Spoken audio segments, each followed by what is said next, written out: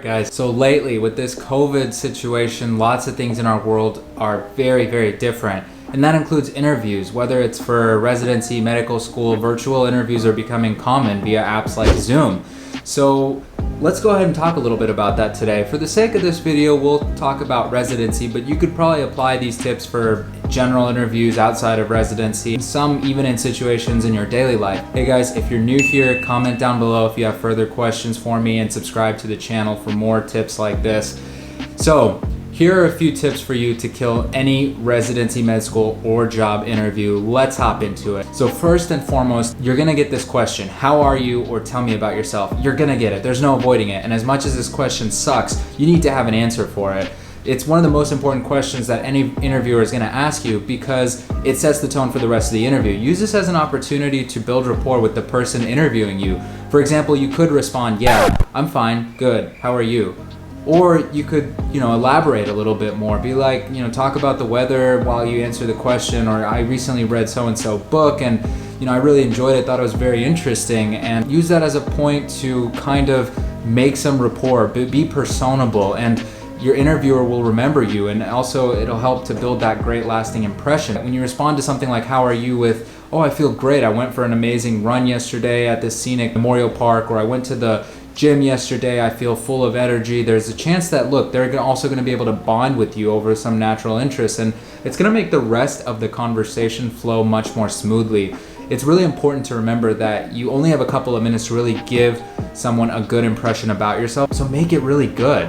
Number two is, this is kind of relating to the first thing, but don't just respond with blank or one-word answers, and really focus on the delivery. Be enthusiastic. Say it like you mean it. Actually show some expressions on your face. Guys, actually smile. Okay, I actually recently interviewed a couple of candidates, and interestingly enough, my favorite applicant of that day was a female who had smiled throughout her interview, and I don't mean inappropriately, but in general, she had a lot of positive energy, vibrant aura. It really lit up the conversation, made it feel effortless. Now, this is in stark contrast to someone else where I felt the conversation was much more forced. It was full of awkward pauses, and a lot of time it just felt like there wasn't any real connection or enthusiasm in the entire thing. You want to make people feel good because it translates so much into that impression that they have of you. And again, I can't emphasize this enough. Be enthusiastic, have good energy. Don't act manic, obviously, but I think you know what I'm getting at. Be interesting. Your energy is everything. Be present. Don't be a zombie. Okay? The next thing is know the program. If you're interviewing for a facility or a job position, new organization, you need to know everything there is about the program, especially the basics. Go through the website, go through their mission statements. One of the best things you can do is actually say something like, yeah, I was reading through your guys' mission statements and I think I would be a great fit because yada, yada, yada. You also need to actually show that the program is a great fit for you, and you have to have the reasons for that. You got to know your audience, why it is you want what you want, and make that very clear.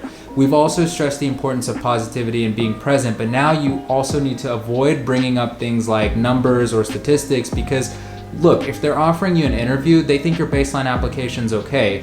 This rather becomes an opportunity for you to showcase to the program that you're a good fit for them, and vice versa. And this is through your vibrant personality. Get to learn about the program, see how you enjoy the atmosphere, envision yourself there, see if you would be happy in that place with the people there. On an aside, personally, I'm a firm believer that the things that most influence your happiness in something like residency are, one, geographic location. So if you have family that's close by, preferentially, that can really help you out. And the other thing is your general camaraderie with the other colleagues that you encounter on a day-to-day basis. You're gonna be in situations where you work with these people for long periods of time. So if you guys get along and you guys, hang outside of work, it really will make it a much more pleasant and fun environment even while you're at work. And you might meet some lifelong friends or some great colleagues. So I definitely think those are things to consider when you're choosing your programs. Now, finally, have questions, as this shows interest. Now, this one isn't one that I generally really like, but unfortunately a lot of programs use this to gauge your interest in them.